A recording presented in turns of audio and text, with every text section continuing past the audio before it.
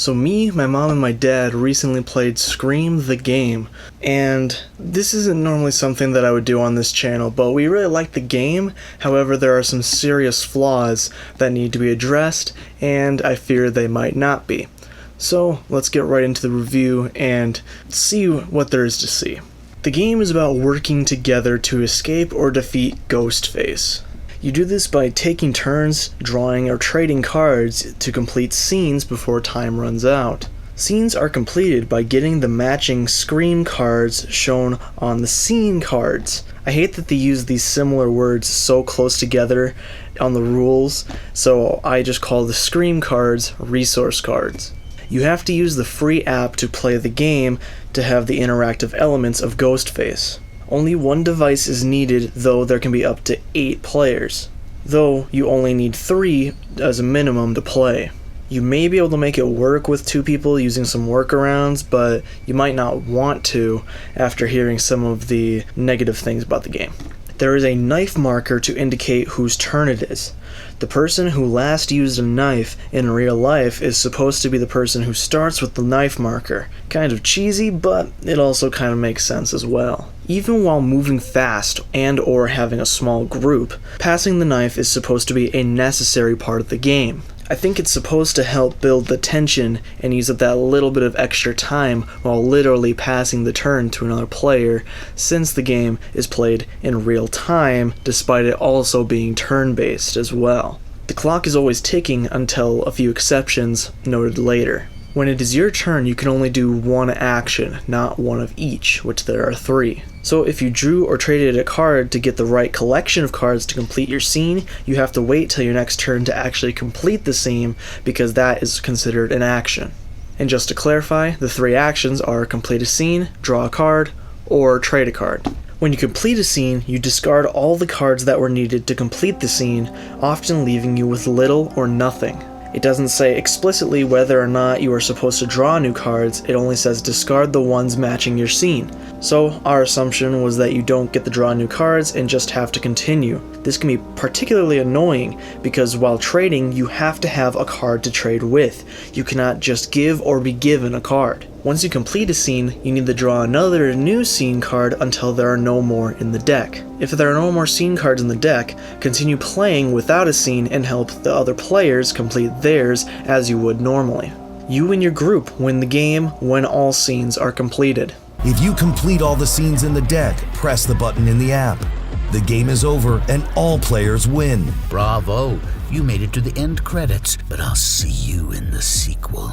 A small side note here is that under the trade action in the rules, it says a player cannot refuse your trade. Now, this is a strange addition because you are supposed to be working together and there is literally no competitive aspect to the game between the players. If one person dies, then the game is over for everyone. If time runs out or any player is killed, all the players lose. It's a wrap. Your movie was dead on arrival. So there should be no reason to refuse a trade unless it's just simply bad strategy. Just something that seemed like a counterintuitive detail to the objective of the game. Now I'm about to casually mention some subjects that I haven't talked about that relate to an overall problem, so just bear with me and it should all become clear as time goes on. One possible issue that I don't think was addressed in the rulebook or tutorial video was what happens if you run out of item cards in the deck. There was a time or two that we noticed that we were running low on resource cards, but when we noticed the pile getting low during the pause screen of a call, we reshuffled the discard pile into a new pile. I don't think the rules mention a time to reshuffle or even if you lose or something like that if the item deck is completely exhausted. So reshuffling was just our assumption. When the game is started on the app, there will be an ambient audio and occasional low thumps if I remember correctly, and a droning static or rain type of sound.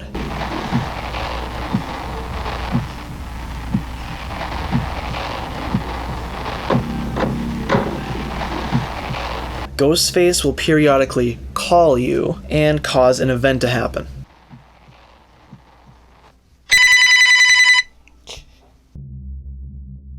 There are 3 events: stalk, threaten, or taunt. There are ghost faces on some of the resource cards that you are gathering. Taunt is when Ghostface calls and makes all players check if they have a certain amount of Ghost-faced resources. See 3 of me on your cards or more? If so, you're out of luck. Get rid of all your cards. If you have the amount or more mentioned, then you have to discard your entire hand and start from scratch. Since when we played, we only had 3 people, the number was always 3 or more ghost faces. I don't know if it was a bug or due to the amount of people that we had, but the number that was mentioned was always 3 or more. This event can of course be annoying because of the trading rule. When the threaten event happens, Ghostface will have a dialogue and say a location. I'm afraid you're not safe at the Mocker House.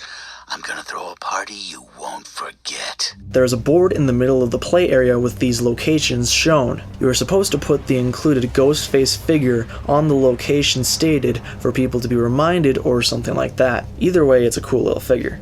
The locations correspond to the scene cards. The scene cards will have a location listed on them.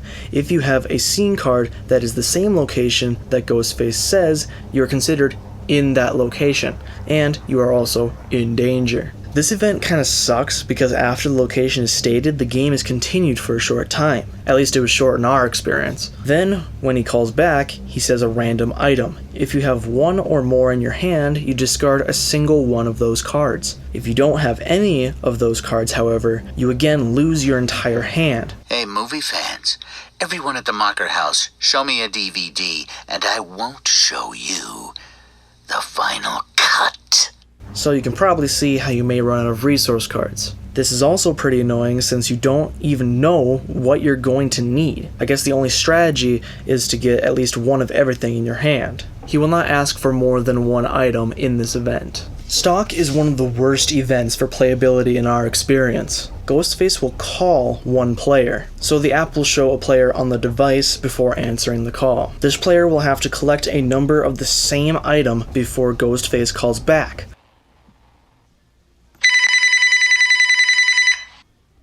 I enjoy a good hunt, and you're my next prey, unless you show me 3 phones.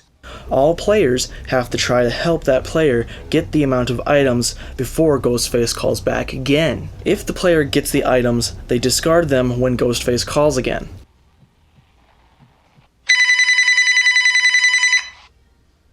Tisk, tisk. Looks like your time is up. Show me 3 phones. Right now, or you lose. You won't always be so lucky. I'll get you next time. But if they don't, the player dies and everyone loses.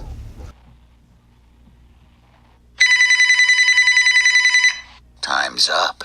You must get rid of 3 popcorn. Right now, or you lose. You lose, I win. Can't wait to see this made into a stab movie. You lose, I win. Can't wait to see this made into a stab movie.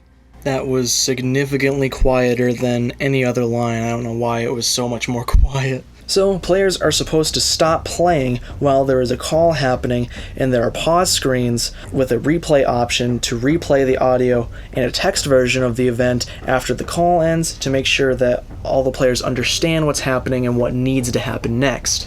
I don't think you're supposed to strategize during these pauses to keep the tension up or some garbage like that, though I don't think it explicitly says in the instructions other than the players are supposed to pause, at least with the written ones they don't say so. There is also a video tutorial to try and help make it easier to understand for more people, though it does also move a bit fast. So, even though you can't do actions during these pause screens, eventually we started to strategize during these times to make the game a bit fairer. So, since I believe we talked about all the game concepts, let's talk about the main issue we had with the game.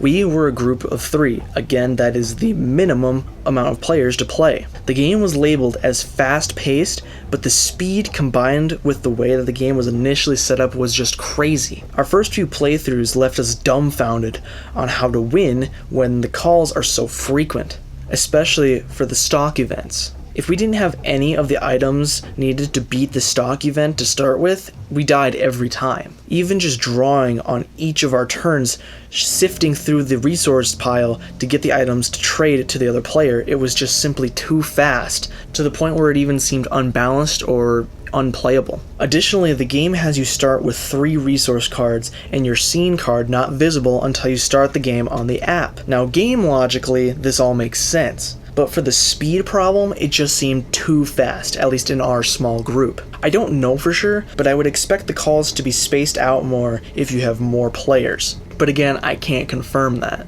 But the other side of that situation is that you have more scenes to complete the more players you have. They have you filter out certain scenes depending on how many players you are playing with. So what we did to sort of negate this was, again, we strategized during the phone call pauses while still taking no actions. We started the game with 4 resource cards each and looked at our scenes before pressing the start button to try and even it out. Now, what really amazed us was the speed, but there's also a hard mode. We didn't play it because we were already cheating to make the regular game work for us. But it says you will have less time to win and the calls will be even more frequent. That just seems insane to me.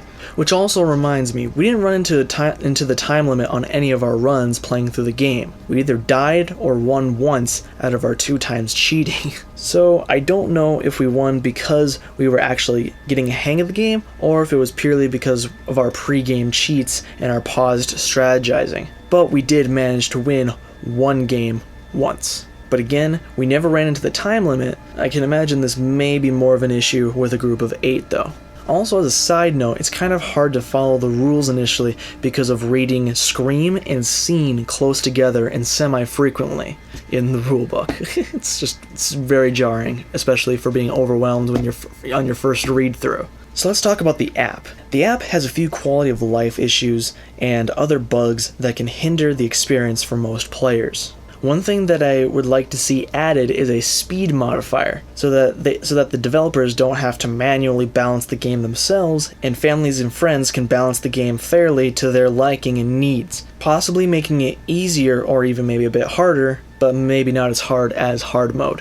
The main issue that is stated repeatedly in reviews on the Playstore is the start game entering system. When beginning the game, you have to enter your player names, pick a color for them, or even add a picture of them. But the pictures are not necessary and will become tedious, as you will hear real quick. You then select normal or hard mode and moderate language or strong language. Believe it or not, moderate language is supposed to be considered the standard dialogues of the game. I think we played with strong language every time, but I didn't get called a bitch or anything like that, like even once. So that's possibly another bug, if they even actually have alternate lines programmed in the first place. I should also mention that I think they got the real voice actor of Ghostface to do these lines, and they sound pretty good until the variable inserts. Unless you show me 3 phones. I'm in the mood to watch someone suffer. Show me 3 popcorn. And maybe it won't be you. Then you have to go through this checklist every time before you can hit play. So let's say you're playing through the game and you and your group have died. So you press the play again button and it brings up the player menu, but all the names are blank and I think it resets the pictures and colors too. I can't confirm the pictures because we never used them, but you have to re-enter all the player names and colors in our experience. On top of that, you have to select between hard or normal and strong or moderate language again, and you have to do the checklist again. So, setting up the game can get tedious, especially if you aren't getting the hang of the game and die frequently. The only upside to this is that you can do this while someone else is shuffling the cards anyway. So they definitely need to add some memory to the app, so at least the play again button brings up the last used names. Though some other people mentioned having a list of saved names and profiles. Another cool thing that I thought of would be having entire different player groups savable. This would be even faster if you frequently play with the exact same people all the time. Another issue that was mentioned in the Playstore was that apparently if a player is entered as the pink icon, I assume the more saturated pink, but possibly both, if they are entered as the pink icon, they don't get called by Ghostface. I can't 100% confirm this, but my mom never got picked while she was using the dark pink and blue icons. My dad got picked the most using the red, and I got picked only a couple times using the dark green. And this is being measured as a total throughout 6 to 8 playthroughs we had. Now, the one big problem with the app, and for the game as a whole by extension, is that the Playstore says that the game was last updated July 4th of 2023. That is almost a full year ago now. So there are probably not great hopes for the game to be updated in the future. Then again, the game was apparently produced by Funko Games, which I believe is the same company that makes majority of its fortune on the Pop line of figures. So it kind of makes sense that they may not be on top of these things. My guess is that they had a freelance or one-time contract hire person or even small team to make the app, then shipped the game out and hasn't even given it a second thought since. The Play Store gives an email where you can message the developers, so I will also hopefully put that in the description, and maybe if you send this video or also message them and we complain enough, maybe they will fix the issues, and even more unlikely, but maybe they will add some of the quality of life features, like the saved players and possibly speed modifier. I know I will be constructing a finely pointed document for them. So looking at this game from a pure collectability standpoint, the box is cool in terms of its design. The base design of Ghostface is matte and kind of looks like a grainy painting, while there are high quality blood splatters that are reflective over the top.